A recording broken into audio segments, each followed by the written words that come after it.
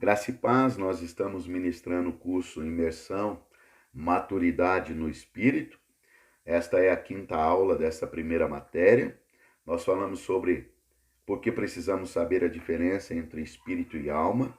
Nós falamos sobre as funções do espírito, as funções da alma e as funções do corpo, detalhando para você uma por uma, para que você possa então embasar, não é, aquilo que nós estamos propondo como estudo em nome de Jesus. Espero que você esteja gostando dessas aulas, espero que você esteja crescendo, espero que o Espírito de Deus esteja, não é, revelando pérolas ao teu espírito e que você possa cada dia ser melhor do que já tem sido em nome de Jesus.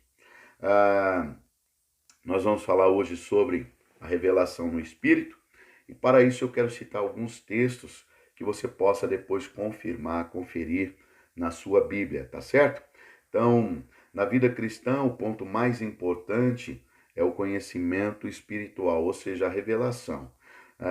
Você vai olhar na sua Bíblia 1 Coríntios, capítulo 2, versículo 11 e 12, 2 Coríntios, capítulo 3, versículo 6 e 4, capítulo 4 de 2 Coríntios, no versículo 6, ainda 2 Coríntios, capítulo 5, versículo 16, o Evangelho de João, capítulo 20, versículos de 11 a 16, Evangelho de Lucas, capítulo 24, 13 a 16 e versículo 30 e 31.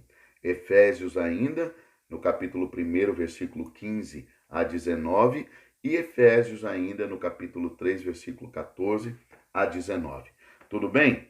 Então anote esses textos aí e confira na sua Bíblia, em nome de Jesus. O ponto central do Novo Testamento é Cristo, mas não apenas Cristo. Cristo dentro de nós, em nosso espírito. O que tem valor de fato é conhecermos Cristo por revelação em nosso espírito. Se possuirmos revelação de Cristo, espontaneamente todas as áreas de nossa vida serão então transformadas. Acredite em mim. Revelação é o conhecimento que nos é transmitido pelo Espírito Santo ao nosso espírito. Quando a luz de Deus brilha no nosso espírito, então há revelação. Revelação é saber pelo Espírito algo que a nossa mente talvez até já sabia. É ver do ponto de vista de Deus. Isso é revelação. É ver como Deus, então, vê. Ok? Revelação não é descobrir o que ninguém então conhecia na palavra de Deus. Antes, é ver as mesmas coisas com a luz do Espírito. É quando aquilo que já sabíamos com a mente adquire então uma intensidade, uma realidade antes desconhecida. Ok? A revelação, então, é algo que ocorre primeiramente no nosso espírito. O Espírito Santo transmite uma verdade no nosso espírito e o nosso espírito, então, por sua vez, encaminha para a nossa mente. A mente por si só, ela não pode jamais ter revelação de Deus. Há uma grande diferença entre o conhecimento mental e o conhecimento espiritual. O mero conhecimento mental não tem o poder para mudar ninguém. 2 Coríntios, no capítulo 5, versículo 16, Paulo diz que antes ele conhecia Jesus na carne, mas depois passou a conhecê-lo pelo Espírito. A maior preocupação de Paulo era que os crentes tivessem a revelação de Deus. Se observarmos as orações do apóstolo Paulo nas epístolas, nós veremos que o seu alvo da oração era único.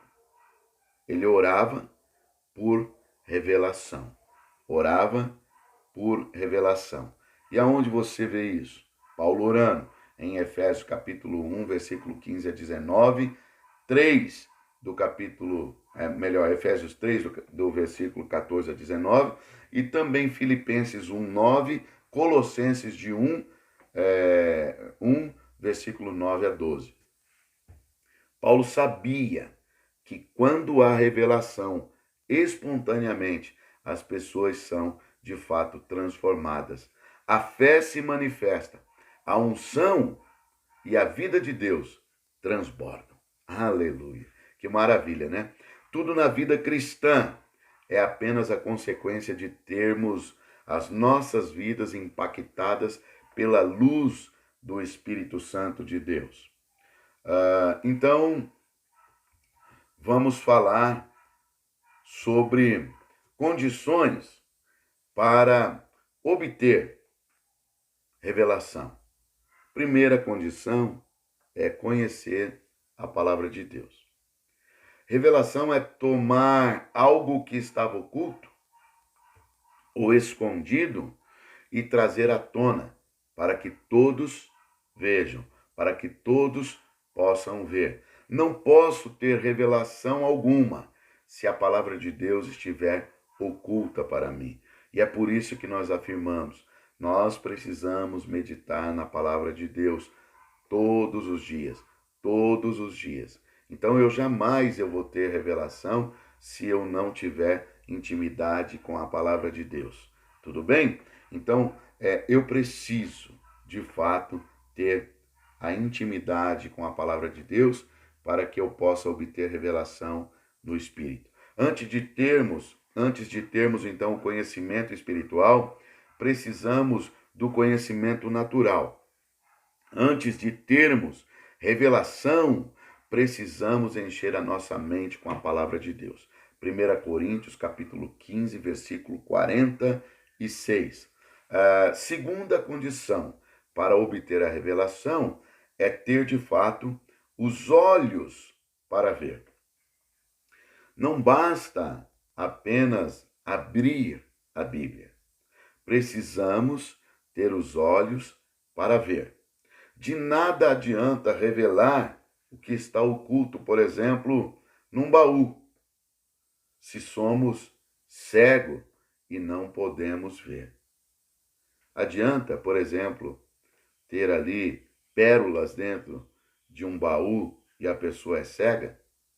Então, pode ser que alguém abra este baú e tenha ali joias preciosas, mas o cego não pode, de fato, enxergar, ver aquilo que está dentro do baú. Então, 1 Coríntios, no capítulo 2, versículo 14, diz o seguinte: o homem natural não aceita as coisas do Espírito de Deus porque lhes são loucura e não pode entendê-las porque as coisas espirituais se discernem espiritualmente. Aquele que não foi regenerado não tem condição de receber revelação. Então você precisa ser regenerado, você precisa nascer de novo pelo Espírito. Aquele que não nasceu de novo é como que um cego. Ou seja, aquele que não nasceu de novo é cego para as coisas do Espírito. Um terceiro fator ainda, ou seja, uma terceira condição para se obter revelação, é o fator luz. Suponhamos que não sejamos cegos, mas que não haja luz. Ainda assim, não vamos ver coisa alguma.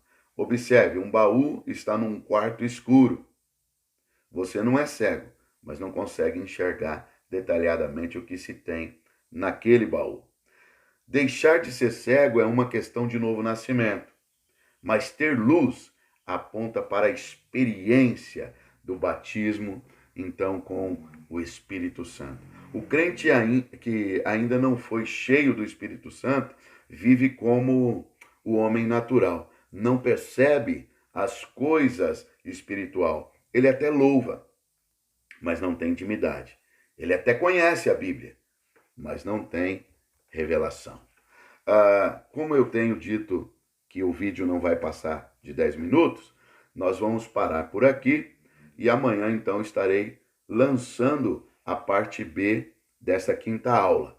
E amanhã nós vamos começar a partir do ponto, os olhos abertos. tá bom? Eu peço que você estude, que você compartilhe, que você realmente seja intenso e intencional naquilo que nós estamos fazendo. Envie esses vídeos, esses links para outros amigos, tá bom? Para que eles também possam ser abençoados. Em nome de Jesus. Que Deus abençoe a sua vida. Te vejo na próxima aula, em nome de Jesus.